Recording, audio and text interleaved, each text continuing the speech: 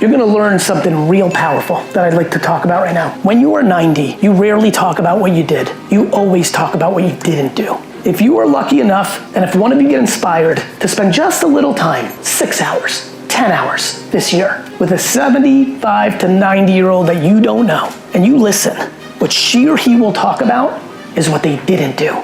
I wish I did something different in my career. You know, the thing that impacted me as a workaholic and someone who's really ambitious, I wish I spent more time with my kids. That hit me hard. When I started doing this in my 30s, 40s, that's my danger, and it shifted me. It's never too late to fight for more happiness. It's never a bad idea. I watch so many of my friends at 50, 60, just wrapping it up. They're like, Gary, all the stuff you talk about, I'm done. I'm like, done what? You're gonna live to 90. You're 56. You're gonna live another 40 years. You're done? You should never be done to not regret. You should never be done to be happier. Need motivation? Watch a top 10 with Believe Nation. Hey, it's Evan Carmichael, and I make these videos because I need it. I need it for me because I don't wake up every day and say, yes, let's go conquer the world. No, I wake up and I need that external motivation to match my internal motivation. When I see somebody who's doing amazing things, it makes me just want to play a bigger game. And so I hope that today's video makes you want to play a bigger game too, because your message matters, and let's get it out to the world. So today, let's learn from one of the best, Gary Vaynerchuk, and my take on his top 10 rules of success. Enjoy. Rule number 2 is master marketing. The framework for me doing social brand building and building businesses is, what's the brand stand for? What's the business objective? The next thing we do is we create 40 to 50 consumer segmentations, not 3, right? 40 to 50 consumer segmentations. 18 to 22-year-old males living in Bangladesh that are into esports. 21 to 27-year-old females in Tokyo making $200,000 a year. 40 to 45-year-old moms in Malaysia who have an affinity towards high fashion. Real specific consumer cohorts with real teeth, okay? Next on that is called PAC, platforms and culture. Like, do you actually understand what the platforms are doing? Next, which platforms are you creating for? You've now gone the whole way down. Now we're gonna pick Instagram and Facebook and Twitter. And for me, every brand that's in this room should be on all of them. But this is back to allocation, where do their dollars go? So they can't, but they should, but they'd rather spend $8 million on a TV spot. So you lay out the platforms. Then you go to work. So now you created a framework. Now your creative and strategy team are ready to work. Now you start posting against the framework, right? You know what consumer you're going after. You know what you're trying to achieve in business. You know how the platforms work. So you know Facebook Reels is underpriced right now. You know that green screen headline creative is over-indexing on TikTok. You know. So you start making. Now the work really begins after you make. You have a person in your strategy team called a PCS, a post-creative strategist. Her and his job is to look at all the qualitative feedback. You have your analytics and media team look at the quant feedback, and you start making your machine smart, like a half-pregnant AI. The team gets smart through the work. You start looking at the proxies. When you've got a retail brand that sells in retail stores, you're running the media against holdout clusters to prove that you're actually driving incremental growth.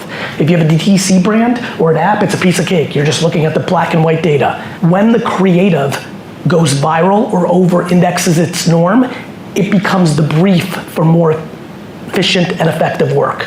So now the virality, based on the consumer sentiment and intent and truth, becomes a proxy to your brief, not a strategist sitting in an office, going on Reddit for 4 hours, writing a brief. Then you do that forever and ever and ever. Your cohorts are an accordion. As you start getting affirmation that something's not working, you actually eliminate Malaysian moms 40, 45 because you aren't finding affinity. Your creative team hasn't hit the mark. On the flip side, while marketing to Indonesia gamers 13 to 15, you realize it's actually the female gamers 13 to 15 that are even more interested in the intent, and you create a new cohort to go there to double down on the truth of the consumer, not the audacity of the boardroom. Rule number 3 is embrace the power of AI. In Vayner right now, we're being cautious. I think one of the things that we recognize is we don't know the source of the information. So as you can imagine, Garrett, we're trying to be very thoughtful of like copyright and trademark. Those are things we need to be very careful of. So we're kind of quote unquote staying away from it right now, other than using it internally and trying to get a sense of it, make sure we're not behind the bell curve. I think it's going to make the world more interesting. I think it's going to commoditize some things that is going to change the landscape, no different than the tractor did for farming. But I also think it's going to help the critical thinkers and the most creative in our industry. I think once you grasp how to be good at AI, it's the critical thinking and the creative thinking input that people are going to put into these algos, into these platforms, into these search bars, and I think it's going to create really dynamic work. And so I think at first people are going to meet it with fear. They did that with the internet, they did that with social media, they did that with the iPhone.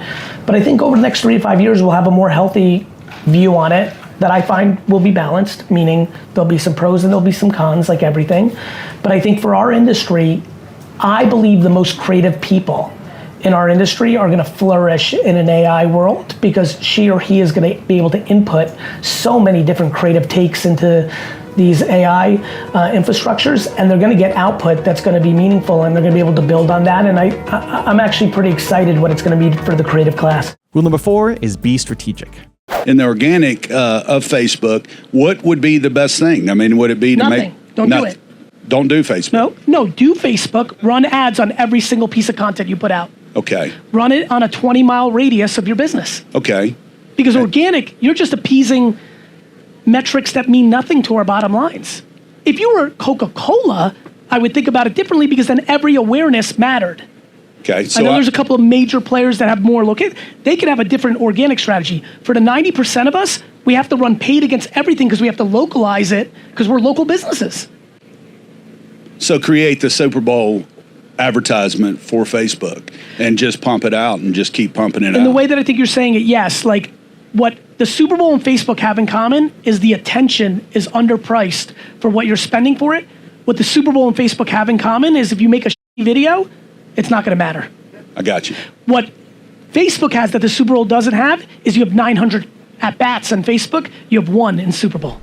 Also, to make sure you're actually taking action after watching this video, I've designed a special free worksheet just for this video. The worksheet will highlight all of the lessons learned in this video, as well as pull out our 3 favorite learnings and quotes that will inspire you to actually do something. The worksheet will also give you space to write down what your key takeaways are and your specific plan of action to make sure you're getting results. If you want the worksheet designed specifically for this video, absolutely for free, there's a link in the description below. Go click on it and start building the momentum in your life and your business. I'll see you there.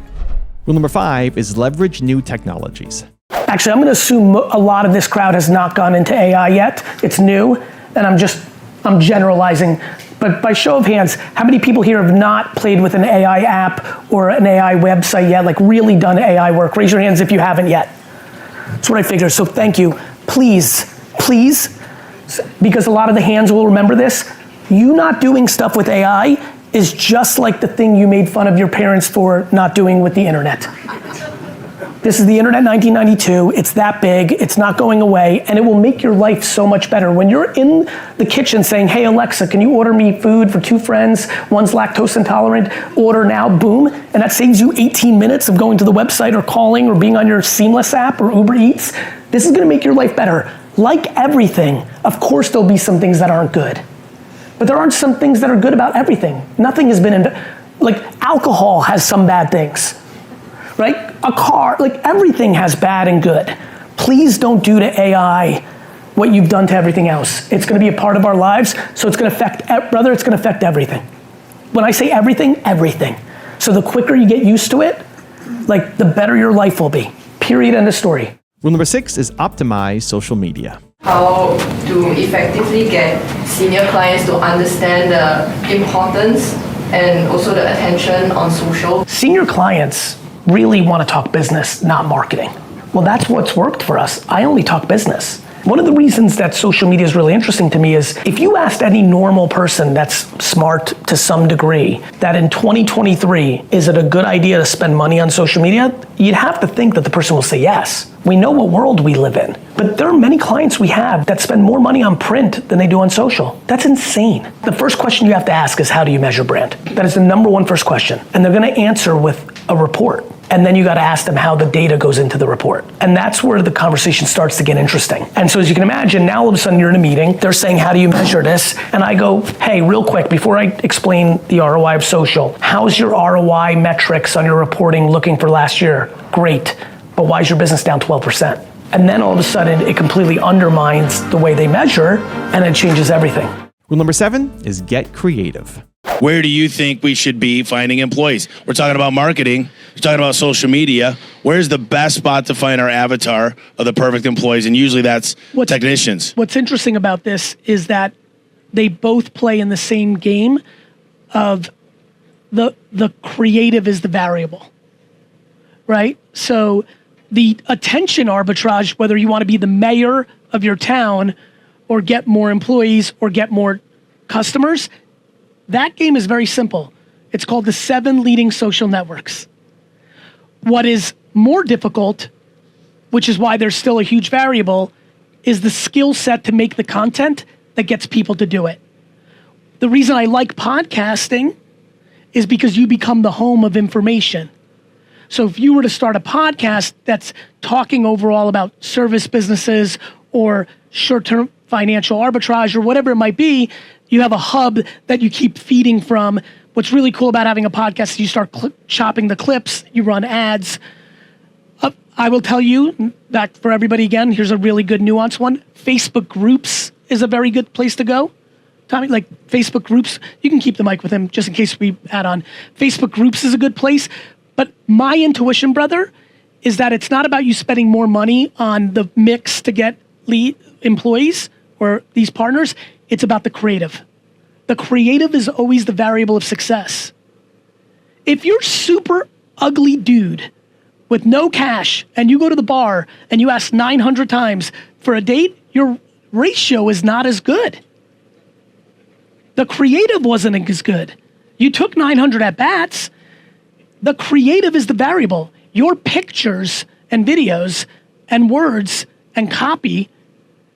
I think you take a photo of yourself with those shorts and you just win. I think so too. But I think what if we were partners and you're like, all right, tough guy, you bought into my company, we're partners, I expect results. I would test 1,000 different video and picture messages against persuading. Think about this. You said something very smart. Soon the stimulus checks, because I laughed when you said they're all out there. Nobody's out there. They're getting paid so much to stay home, they're not out there. Soon they'll be out there in a real way. If you make a picture that the video starts with, hey, did you used to work in the hotel business? You're perfect for us. That's gonna work on people that worked in the hotel business. If you make that same, me and D-Rock, when I do, we'll sit down, I'm like, hey, Detroit, blah, blah, blah. And then we run ads to Detroit. And then people that see it are like, I'm from Detroit. No, you need to do that same version. It's the creative in the places that you're attacking. What's amazing about digital that's different than print and outdoor and radio is you get so many more creative at-bats because you can run ads, $80 ad against, hey, hotel employees, and if you don't like the early math, it scales, you kill it. But if you hit something, you spend $800,000 on it. In the same way that you're like, I don't need new business, I need employees, my brain went to a different version of that, which is like, you need more creative. Rule number 8 is be more empathetic. Empathy oftentimes comes from a place of like feeling compassion for the other person, having feelings for them. And I think it makes sense when you're a leader to have empathy for the people that you are managing or leading. But I think for happiness, for lack of anxiety, for joy, for the journey that I want for every person in this room, one of the things to really think about is having empathy for the person above you. One of the things that I've seen bring enormous happiness to many people in my organizations, the companies I invest in, the companies that I run, and then just organizations, sports organizations, service organizations, is when you in this room, let's just do a for instance, when you're working on something as an engineer here, right, or a physicist on something, and you're working on it for 7 years, and you've got it finally working in real life, not in the lab. And then on a 1 hour's notice, on a 1 second's notice, we're shifting strategy and you're no longer doing that. There's enormous frustration. You're in the trenches and somebody in a boardroom is making a call and you're frustrated. I think about that a lot. Why? Because I think that's the exact moment where if the people in this room deployed empathy to the people above them. If you think about being frustrated with your manager or your leader, or their leader's leader, or their leader's leader, I don't know if you've heard, but everyone's got a boss. And the guys in this room really know what I'm talking about. Everybody's got a boss, no matter what your position looks like. And so I think about, when I come to a talk, whether the room is this way, that way, left, right, business, startup, entrepreneurs, high schools, military, it's all the same thing for me up here right this second.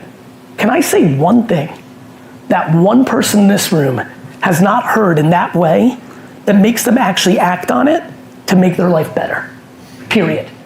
I know the framework of a lot of people's professional careers in this room, and I know that disproportionately the quickest way for them to get happier day to day is to actually put them in the boots or the shoes or the sneakers of the people above them, parallel to them, and below them. Below them comes natural.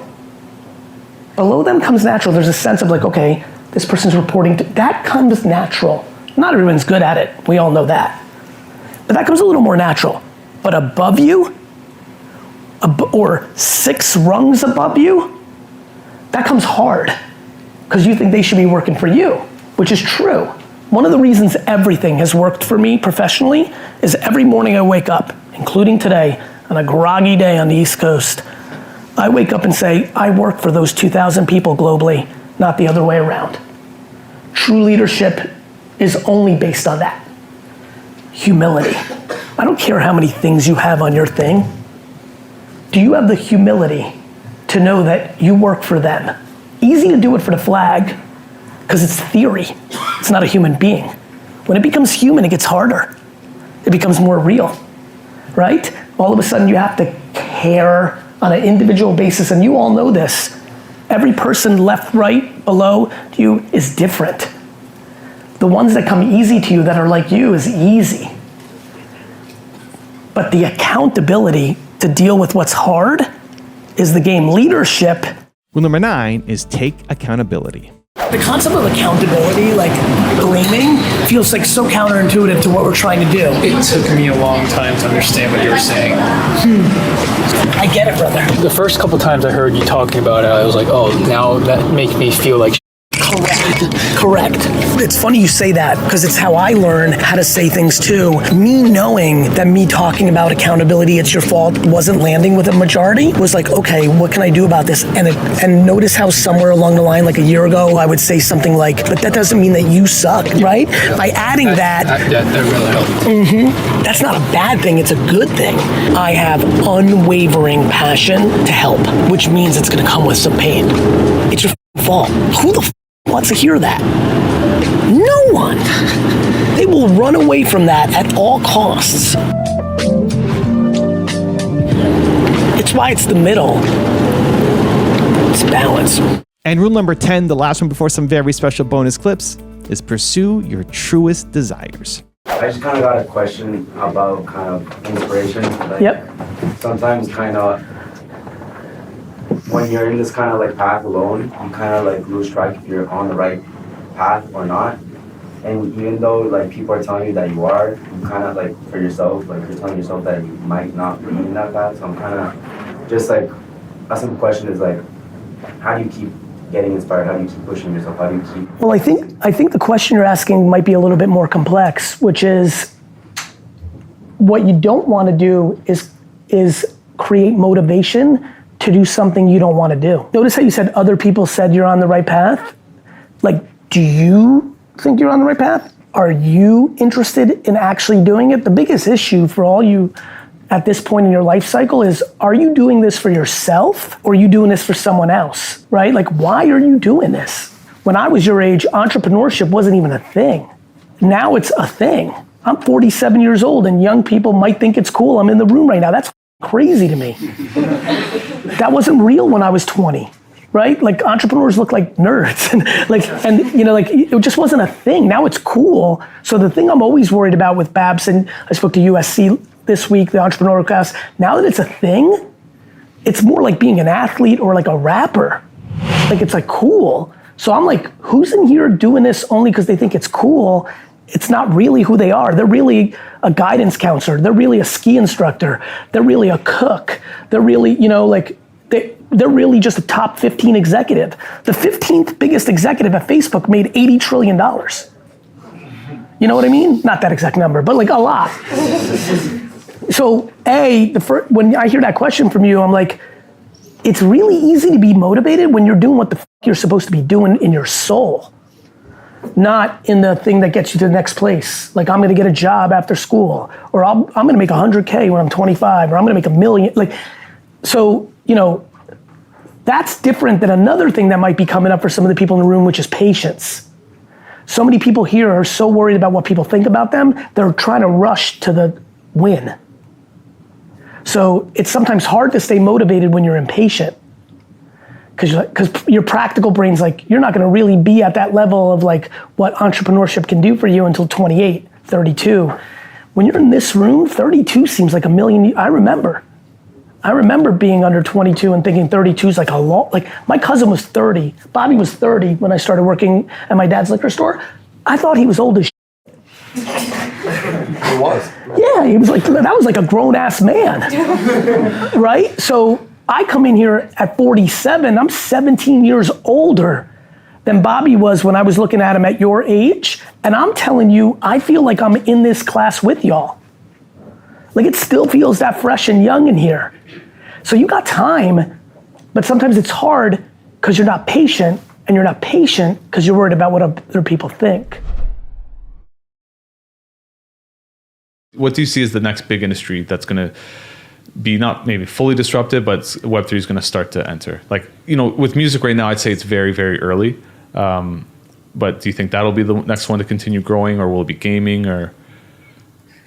I think really any consumable is in play, like fashion, gaming, sports, entertainment. I think all of those are going to be, impacted. I think a lot of B2B stuff, the boring, legal, law firms, just like documentation, like where did things sit? I do think the entertainment business, like, why couldn't a streaming service come along that's built on NFT infrastructure instead of like, you know what I mean? Like why couldn't that be the subscriptions contracts? I think a lot about. So that's what I see right now. You mentioned like in terms of fashion. So if we look at fashion where they're selling a physical product, I've been of the belief, it's very early, but I've been of the belief that, the physical products are a lot, if not all of them, are going to have like an associated NFT. They will, and then the question becomes, is that physical product held up in an exchange in a warehouse and you don't take ownership of it like StockX, and you're just trading the NFT that represents it? And then when I actually want to get that $8 million painting into my apartment, I have to burn the NFT to get the actual physical? Or is it just a nice receipt where you can separate because once you give it to the person, if you give them the physical and the NFT, well, they're detached. Because I can just sell off the NFT or I can just sell off the physical, and there's no technology I can keep track. Whereas if I sell you a $15,000 handbag and I give you the NFT and the handbag sits in a Mercantile Exchange-like environment, then I can actually trade the NFT, and then if you actually want the bag, you can burn the NFT in redemption of. Yeah, because what I'm getting at is, especially with luxury goods, but the secondary market with fakes and that sort of thing, right? I really seen NFTs as a way to help combat that, but it's so difficult now because one's a technology, one's a physical product. So correct, and once you take ownership of it, you can't, it's not going to prove provenance unless it's sitting. But that's important. There's a lot of people that buy something very valuable to have. They want to know it's real. If they buy it in NFT form to burn, to take physical accountability of it, then you're good. That's huge. That's huge. At least for that first secondary sale. For that first secondary sale, you got it. Or the 9th, if nobody ever burns it. There could be 99 second. I mean, you know how much art's just sitting in docks around the world for tax havens? Or do you know how much wine's sitting in wine cellars? Do you know how many sports cards are sitting in safety deposit boxes? You know, like a lot of people don't need the actual physical thing. My public stock is not sitting in my hands. Right. The knowledge of. And then over time, the NFT becomes the thing. Owning the NFT is owning the Birkin bag at scale. Birkin bag, I can only, a rare pair of sneakers, only so many people can see me wearing them. Mm-hmm. But once this scales to like social media like levels, like people are gonna be like, what NFTs does that person have? How do you prevent yourself from, like getting burnt out from it all? What do you do to kind of like keep the pace with all this stuff? I love myself. Let me explain. I don't judge myself when I don't feel like I've got it all grasped. You're absolutely right. This shit's moving super fast. It's okay to not be great at knowing how Snapchat works. It's all right if you've never downloaded Pinterest. It's cool if you have no clue what the fuck's going on LinkedIn. You just keep trying every day. I think the biggest reason I don't get burnt out is because I don't beat myself up.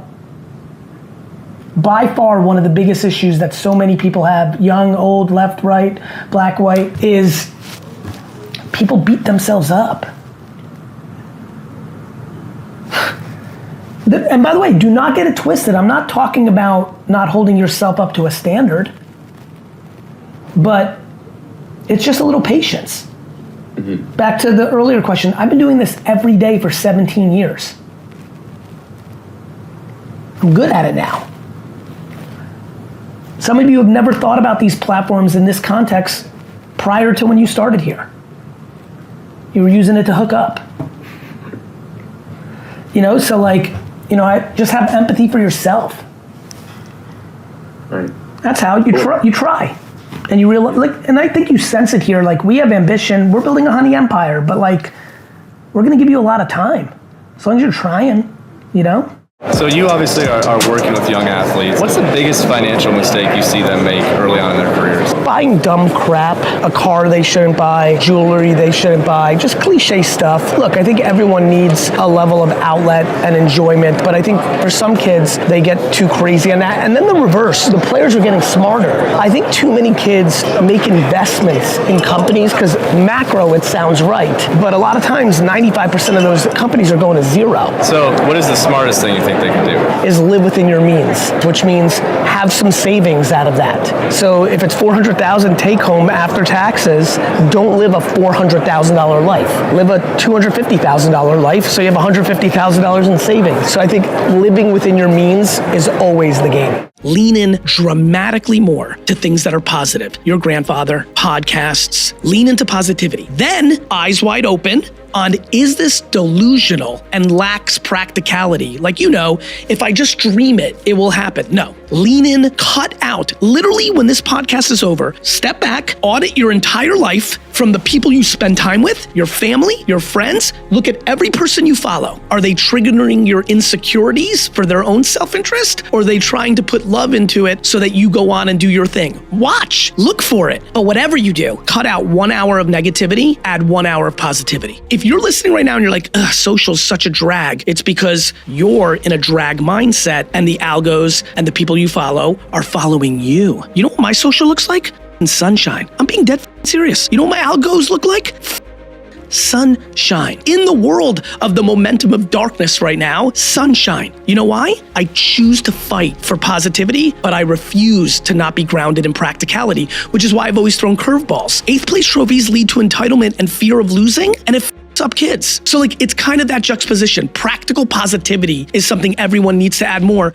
If you want to be upset about the world, good news. Turn on the television, open your phone and go on social media and you will be upset 24/7. On the flip side, if you want to be happy and optimistic, good news. Turn on the television and take out your phone and you could be really optimistic and happy.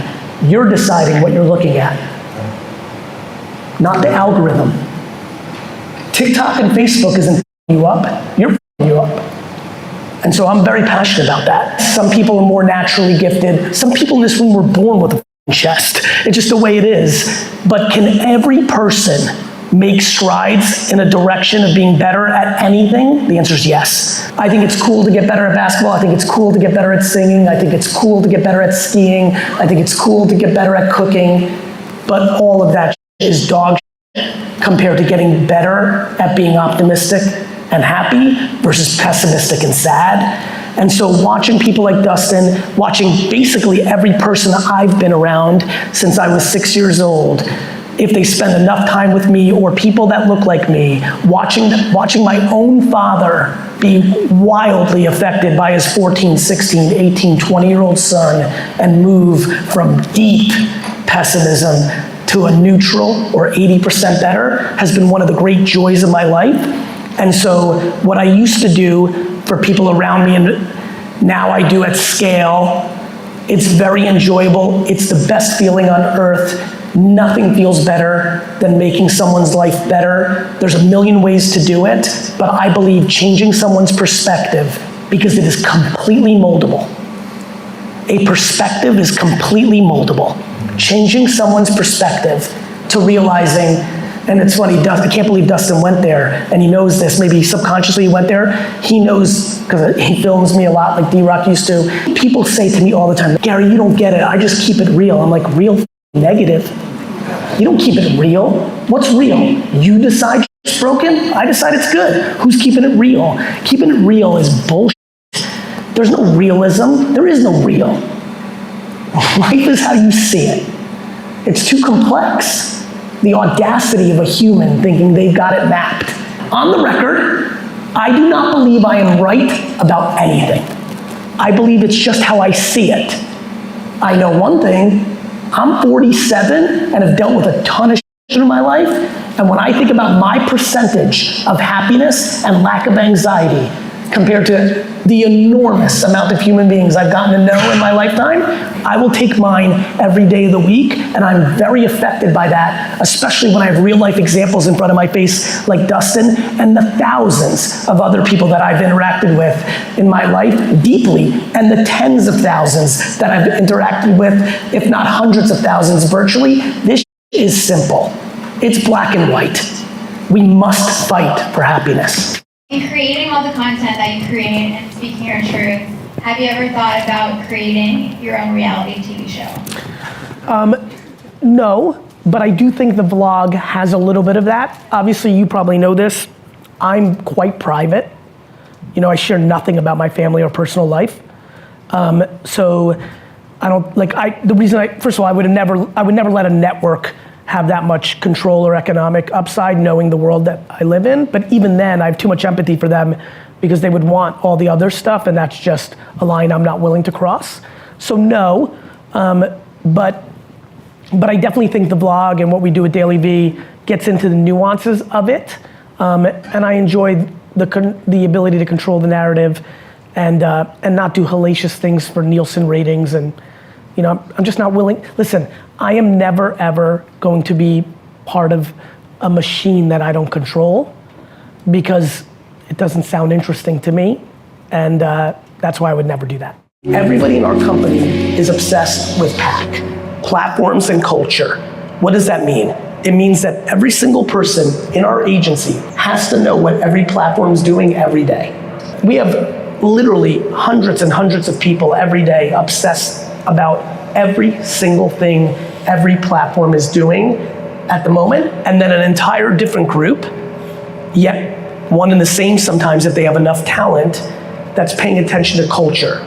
Which rappers, which athletes, which soda, which fashion brand, which everything. What is happening in culture? And not just youth culture, what are moms in Indonesia care about? What are people in Afghanistan consuming? Like literally global information on both platform and culture. And once that is your obsession and your ideas come from the framework of PAC, your ideas will do better. You will get more quant and qual feedback from that. and that will create a collective wisdom of what you should be doing or what is touching the hearts and the minds. Because the only way someone does something, votes for someone, buys something, goes somewhere, is when that thing hits someone's relevance inside of them and led them to consider something. Marketing hasn't changed in a long time. The mediums and the creative strategies change. And the industry is holding on to yesterday for dear life. And I am intrigued by tomorrow. I'm intrigued by tomorrow. This industry is obsessed with yesterday, but I and my companies, we dominate today. Tomorrow's interesting, and we'll keep an eye on it because it's coming.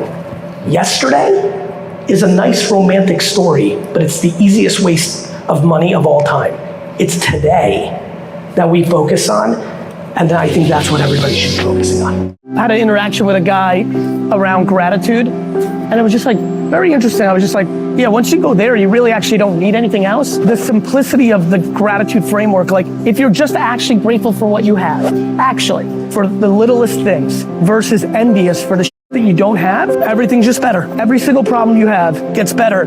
Even the most extreme things like, are you grateful for the time you had with somebody you loved? You know, that kind of gratitude wins. I feel like there's like a stepping stone or something that, or a pivotal moment for you that you realized? No, I think it was just I listened to positive people around me. I just limited envy and jealousy, and I leaned into optimism and gratitude, and I've been practicing it for 40 years, and here I am.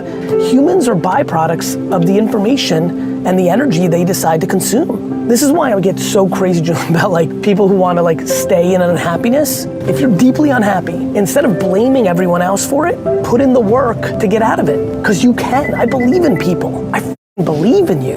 Like you can do it. One can create their luck by acknowledging right in this minute as you watch this video or listen to it on podcast that you're like, it. Everyone has a moment. That lady just now earlier. Just before like I quit my job to start my own agency, I saw you 4 months before. And you were like, just do all the content. I was like, yeah, I'm gonna do all that content. Thank you. I'm proud of you. Thank you. Thank you so Congrats. much. Got it. I was there, like I just heard you say it, do it, and I was like, it was that was my time. And we're all affected by that. I'm just one human. There's lots of people doing different versions of this. If you want to find positivity, it's everywhere. There's just way too much momentum right now of people looking for negativity. What they're doing is they're avoiding accountability. It gets really cozy to blame perfection for not doing shit. Oh, you don't get it, Julian, I'm a perfectionist, that's why I can't put out this video. I'm a perfectionist. No, you're not. You're cute with your words and you're using it as an excuse to not do because you fear failure. You're not a perfectionist. You're an avoider. People just decided that everyone else's life is perfect. Like you have no idea what's going on in someone's head or their 4 walls behind their door. It's just not true. All that energy to judge others for their perfection or what they did wrong, it's all outward. What about putting it on yourself? I'd like to hear about Team Gary Vee. And a lot of people think, okay, to do this, because you say, I went on TikTok, but part of the way you're doing that is because people are multiplying your content, you're casting vision. Can you speak into maybe, Team Gary Vee is pretty advanced now. Yes. Can we start a little bit at the beginning as you think about those that would say, what about my first hires? How do I even do this? I'm great at real estate or financial services, but okay, how do I start, where do I get my D-Rock? Where do I get the whole thing? Speak to early stages of building that team to help you grow with video. You need to hire people that do things that you don't want to do. Where do you find them?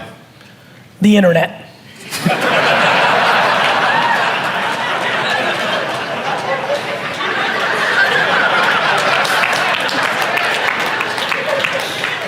People say things that drive me crazy because they don't want to do it. As if you can't find it. Are you telling me you're at this conference and you can't find people? You don't know what Fiverr is, you don't know how to post on LinkedIn, you don't know how to search terms on Twitter. Like, people come up with excuses. A lot of people don't grow because they want money to buy things. A lot of people's businesses don't grow because they want the business to give them money so they can get a Corvette or a second. This is back to you've got to find the thing you like. Because if you're building a brand or your thing to buy the yacht, you're not gonna build a very big thing. I'm just building the thing to build the thing. It's more interesting for me to build the thing. I'll have to make some compromises, right? Of and my course. mind is not mentally allowing me to agree that I'm making these compromises professionally in my 30s. I feel like that's fundamentally wrong. I think that that's where you have to hack. I would actually argue some of my least productive years of my career were in my 30s. Ironically, 30 was when I triggered in. If I said right now, as an athlete, what were your worst seasons? I would say 28, 29. For the only time in my career, I had I'm even scared to say it out loud, micro complacency. But Wine Library did it. So from 22 to 28, I didn't breathe. But at 28, it happened. Like it was it. It was undeniable that Wine Library was one of the most successful independent wine retailers in the country. And I kind of got into a groove. I built a good team. I didn't want to build a second store. I just had micro complacency. And then at 30, I started Wine Library TV 3 months after 30, and that changed the next 17 years of my career. I would say I had that complacency and nothing happened. And I would argue that in 12 years I'll be doing this and I'll explain how I had complacency the year after COVID. Who the heck knows? Did you realize that complacency in the time, or did you know you were being complacent, or was it an after effect? It was in hindsight. And the reality is there's no reason to beat yourself up. There's no reason to hold yourself to a standard that doesn't come natural. There's no reason to create an ideology of you being a superhero when you're just a human being. And I think your framework is right. You could build the biggest augmented reality company in the world. If your parents pass away and during that era and you say, wait a minute, why didn't I go to dinner with them once every 2 weeks, or nothing matters? So you've got it. You've got it. I want to ask you if you were to dispense advice now on the NFT, ChatGPT, metaverse, this kind of space of frontier technology, and you're a small business owner. What are the smart moves right now in these spaces? Is it smart to move in these spaces just yet? As an SMB, probably not, other than education. Mm-hmm. You have to be very thoughtful with your monies when you're an SMB. And so first of all, it goes back to the first part of the conversation. What every small business on earth, from every corner of the earth, needs to figure out is a very smart, organic social media strategy. It is disproportionately the biggest impact on their bottom line when it comes to at least marketing and demand creation. As far as frontier tech, it's good to keep an eye on it. It's good to be ready. It's good to flirt with it. Education is very powerful, so I think people should know about it. But I think frontier tech is something that is incredibly high risk. More importantly, it's never at the scale that people want it to be, but it's important to pay attention and get your hands dirty in it so you are prepared. There was a kid who wrote a Medium piece about me being the face of hustle porn, which to this day lingers. And it was a Medium article. I was on a plane, I landed, and it was just all this chaos. And there was a lot of things that weren't true. Like me, I didn't inherit my dad's liquor store. I built my dad's store for him. There were some things that really trigger me. That one always hurts because I think I did one of the most noble acts a human with talent can do. I knew at 17 that I was a guy. And I decided consciously that I loved my parents so much that I was gonna dedicate a decade of my youth, prime years. 20 to 30 is you got time, you got energy, I gave 10 of my greatest years. They're not my wisdom years, but they're my years. And I gave them to my parents. Never made over 120,000 a year, built a business from 3 to 65 million, left with nothing. Started VaynerMedia in Mike Lazaro's conference room at Buddy Media at 34 years old because I had no money. I'm proud of that. So when you can imagine when somebody writes a hit piece and says, you can't listen to this guy, he inherited his dad's liquor store, that hurts. When you say hurts, what are the symptoms of that hurt for you? Oh, you're gonna love this, because this is why it's not sustainable. I'm neutral at all times. Gary, you're the GOAT, thank you. Gary, you're I understand.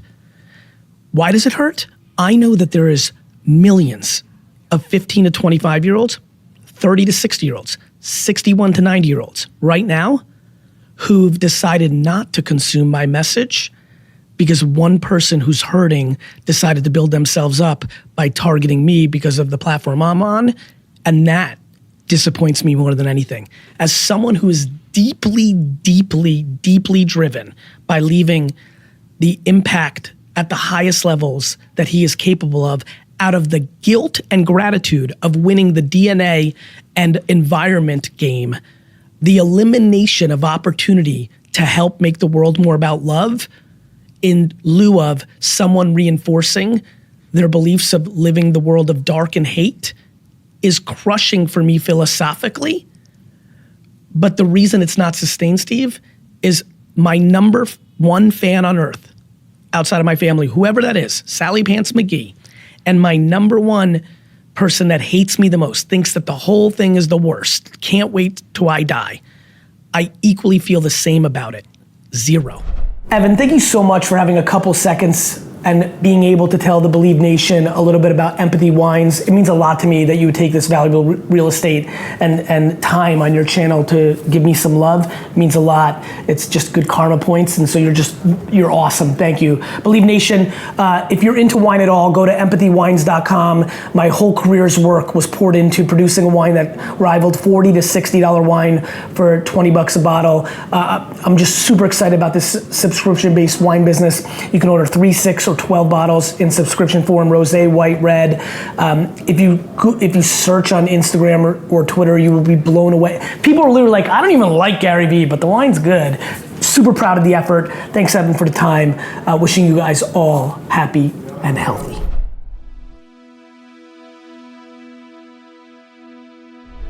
Because you made it this far in a video, I want to celebrate you. Most people start and don't finish. Most people never actually follow through. Most people say they want something, but they don't ever do the work to actually get it. But you are different. You are special. Believe Nation, you made it here all the way to the end, and I love you. So as a special celebration, if you put a hashtag Believe down in the comments below on this video, I will showcase you and celebrate you somewhere on the screen in a future video because you are awesome. For 10 more amazing rules from Simon Sinek, check the video right there next to me. I think you'll love it. Continue to believe, and I'll see you there. Nelson Mandela is a very important leader because different leaders are viewed differently depending on where you go. But Nelson Mandela is universally regarded as a great leader. And he was asked by a journalist once, how did you learn to be a great leader? And he